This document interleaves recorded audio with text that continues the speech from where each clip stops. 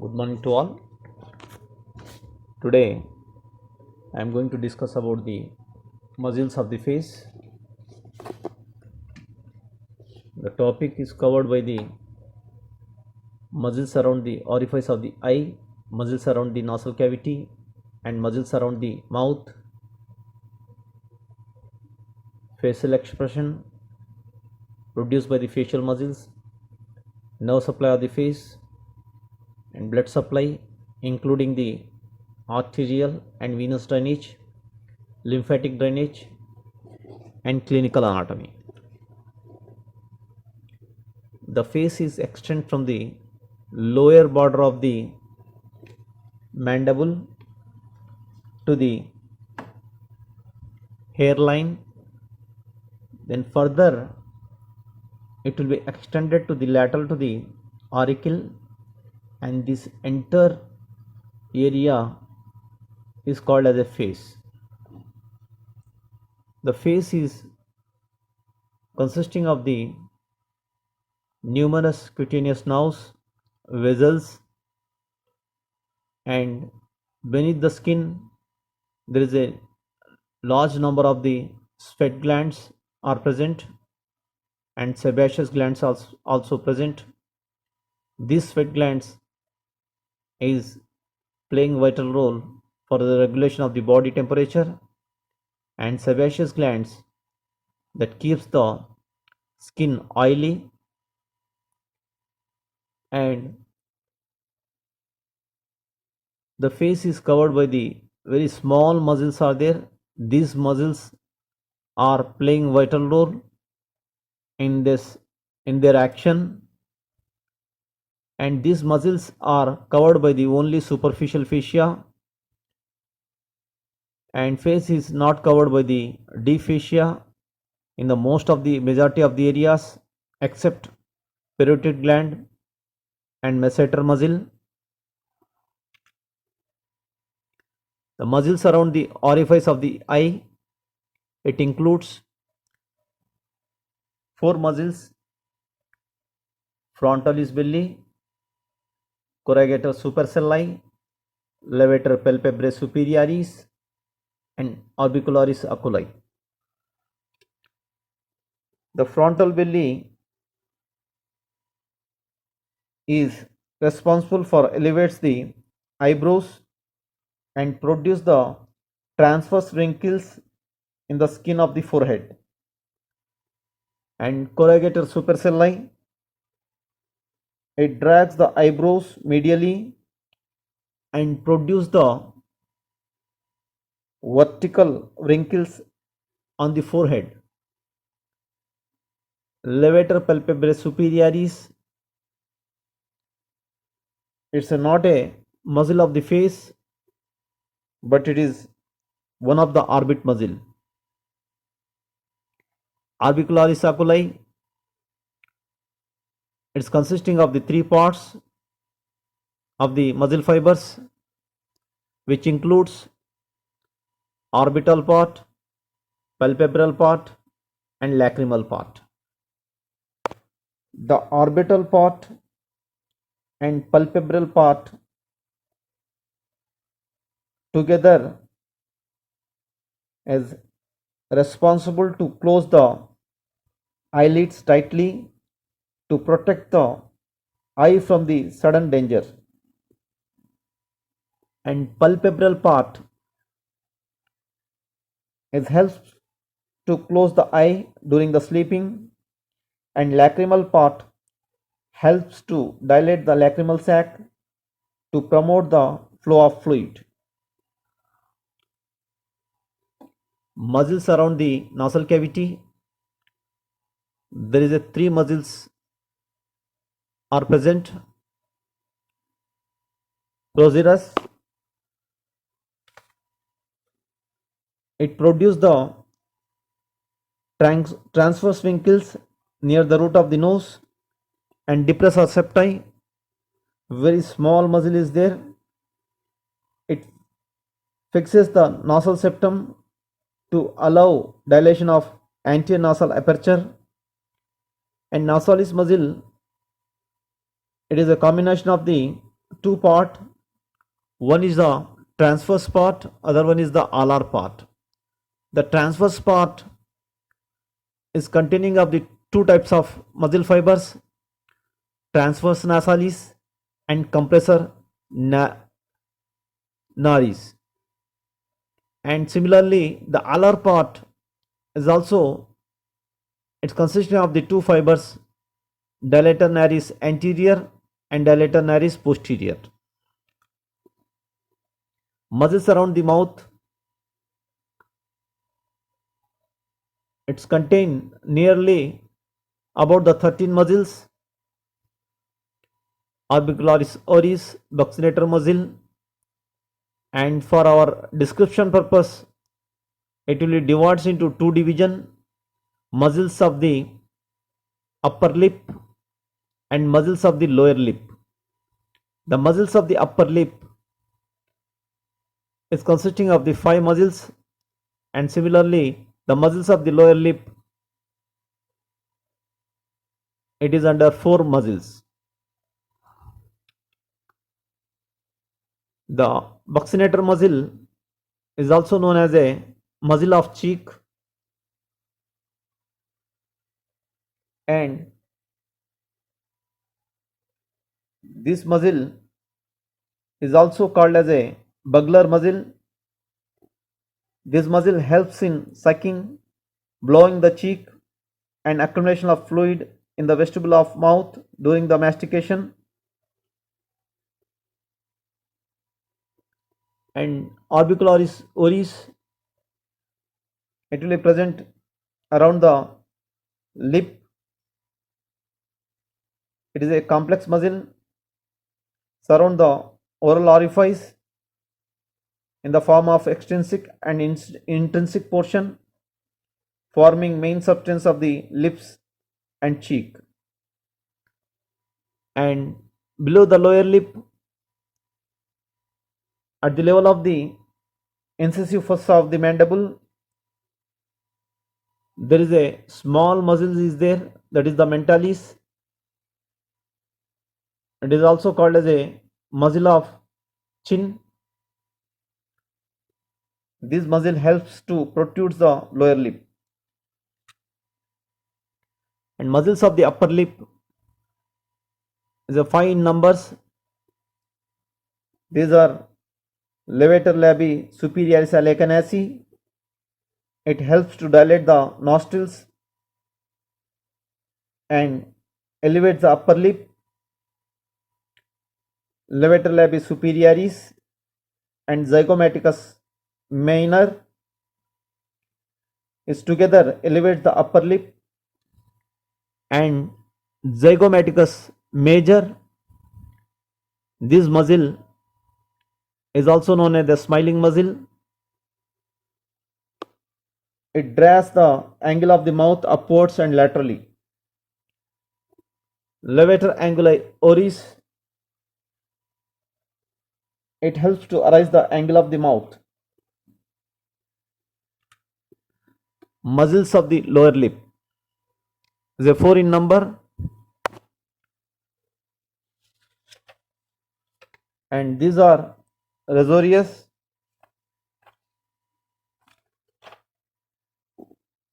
and it is regarded as a part of the platysma and helps to pull the angle of the mouth upwards laterally.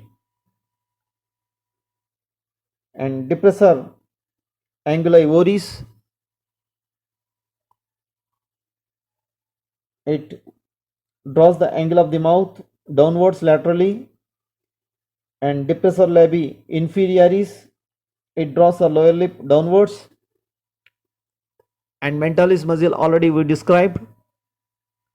This muscles is helps to protrude the lower lip.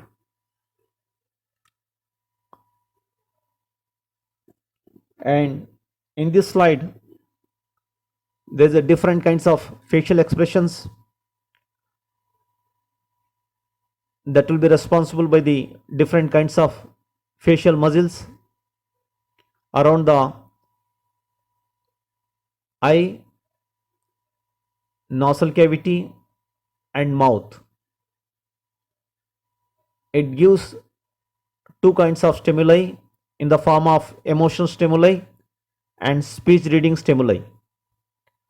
And emotion stimuli, that is under happy or smiling, is responsible for the zygomaticus major, and surprise, this kind of stimuli is involving by the two muscles frontalis and then procerus. The sadness is responsible by the three muscles levator labis superioris, levator angulioris, and zygomaticus minor. The angry is responsible by the depressor septi and dilator nares. Displeasure is responsible for the levator labi superior alecanasi. And of course, these expressions already we practiced during the childhood stage, and these kind of expressions are responsible for the either single muscles or group of muscles. So nerve supply of the face, it is supplied by the sensory nerves and motor nerves. The sensory nerve of the face is supplied by the branches of the trigeminal nerve, and then motor supply of the face is supplied by the facial nerve. The trigeminal nerve, it gives three branches in the form of ophthalmic nerve, maxillary nerve, and mandibular nerve. The ophthalmic division of the trigeminal nerve, it gives 5 branches, and maxillary division of the trigeminal nerve, it gives 3 branches, and mandibular division of the trigeminal nerve, it gives 3 branches. That will be supplied to the sensory supply to the facial muscles, and whereas the motor supply of the face is innervated by the 7th cranial nerve, that is the facial nerve. And here the sensory innervation of the face by the ophthalmic nerve, it is indicated to the V1, and maxillary nerve of the trigeminal nerve, it indicates to the V2, and mandibular nerve, a branch of the trigeminal nerve, it's indicated to the V3. The V1, it gives the 5 branches. First one is the supraorbital nerve. The second number supratrochlear nerve. Third is the infratrochlear nerve. Fourth one is the lacrimal nerve, and fifth is the external nasal nerve. These are the 5 branches are arise from the ophthalmic division of the trigeminal nerve, and the V2 maxillary division of the trigeminal nerve. The 6th number is the zygomaticotemporal nerve, 7 is the zygomaticofacial nerve, and 8th one is the infraorbital nerve. The V3 indicate to the mandibular nerve. The 9th number is the branch of the auriculotemporal nerve, and 10th one is the buccal nerve, and 11 is the mental nerve. And here we can able to see the forehead and nose and orbit is supplied by the ophthalmic nerve, and maxilla and zygomatic bone and upper lip is supplied by the maxillary nerve, and then lower lip, and then mandible. Mandibular region of the face is supplied by the mandibular nerve. And here the motor supply of the muscles of the facial expression are responsible by the facial nerve. The facial nerve is the seventh cranial nerve. It will be enter into the posterior medial surface of the parotid gland, and where it gives off 5 branches: temporal branch, zygomatic branch, buccal branch, marginal mandibular branch, and cervical branch. And buccal branch, that will be divides into two division: upper buccal and lower buccal. These all the 5 branches that will be supplied to the muscles of the face, and particularly the cervical branch is innervated to the platysma. The platysma is not a muscle of the face. Artery supply of the face, there is a two types of arteries are there: facial artery and transverse facial artery. The facial artery is a branch of the external carotid artery. This facial artery that will be enter into the digastric triangle over the submandibular gland. The artery wind around the lower border of the mandible to enter into the anterior inferior angle of the masseter muscle and passes laterally 1.5 centimeter from the angle of the mouth, and it ascends upwards and forwards at the side of the nose, and at the level of the angle of the mouth it gives some branches: inferior labial artery that will be supplied to the lower lip, superior labial artery that will be supplied to the upper lip, and then lateral nasal branch is supplied to the nasal cavity, and the terminal end of the facial artery is called as a angular artery. The angular artery is anastomosis with the dorsal nasal branch of the ophthalmic artery. And one more artery is there, that is the transverse facial artery. The transverse facial artery is a branch of the superficial temporal artery. This transverse facial artery that will be runs horizontally over the parotid gland and masseter muscle, and then it will be anastomosis with the branches of the facial artery.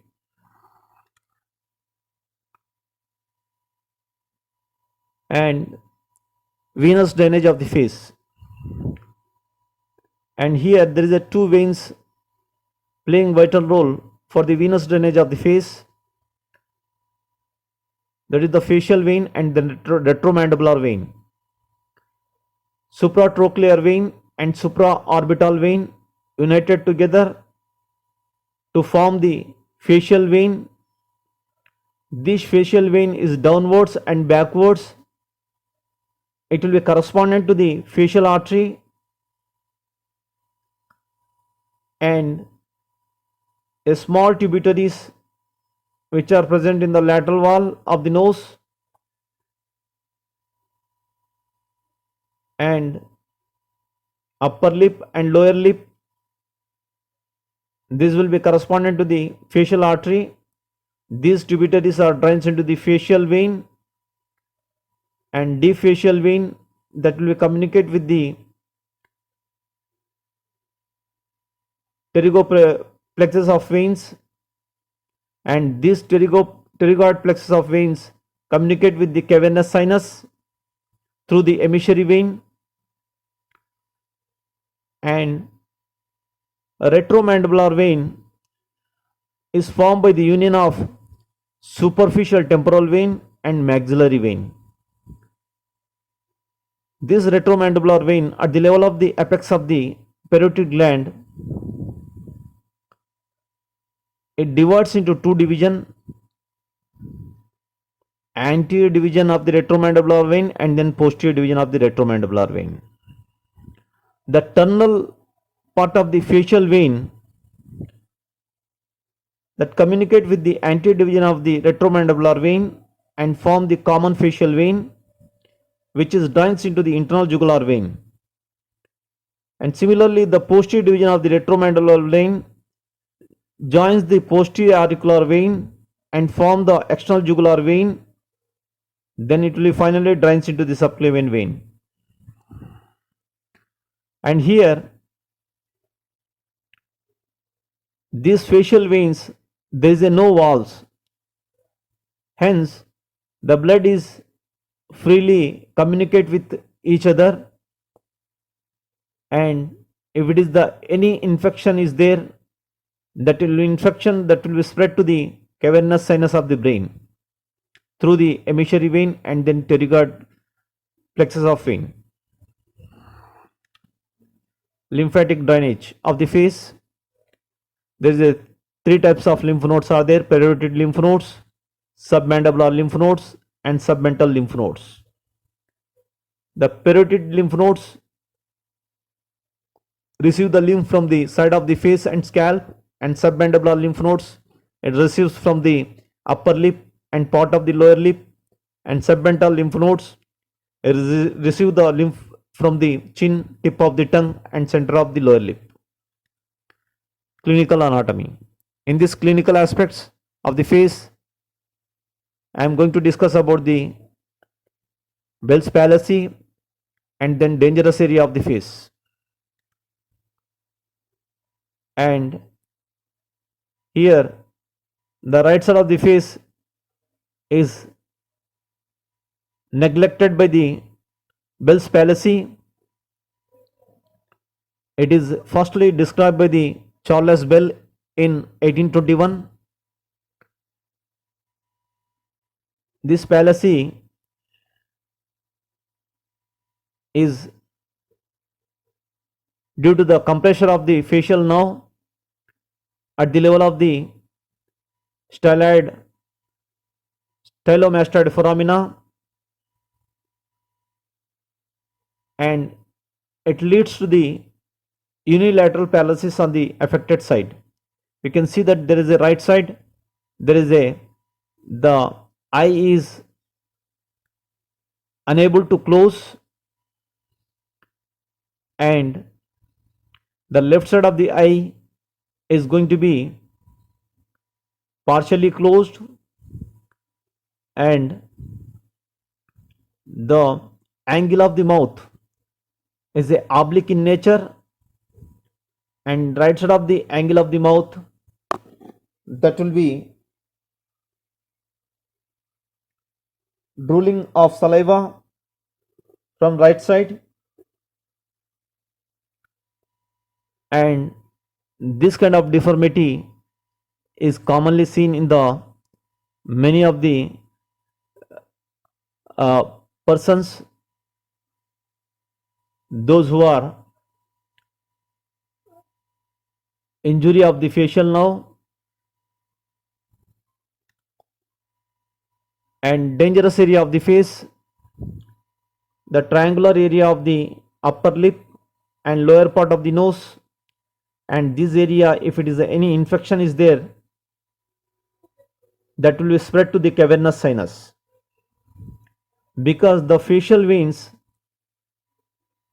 has no walls and the blood is move freely from one part to the other part, and the facial vein is consisting of the some tributaries, the supraorbital and supratrochlear veins that will be communicate with the superior ophthalmic vein, and deep facial vein is communicate with the pterygoid plexus of veins, and this pterygoid plexus of veins that will be communicate with the cavernous sinus through the emissary vein, and hence this triangle of the area of the face is dangerous area and the infection is spread to the cavernous sinus, and thrombosis of the cavernous sinus, that gives the adverse effect in future. Have a good day. Thank you.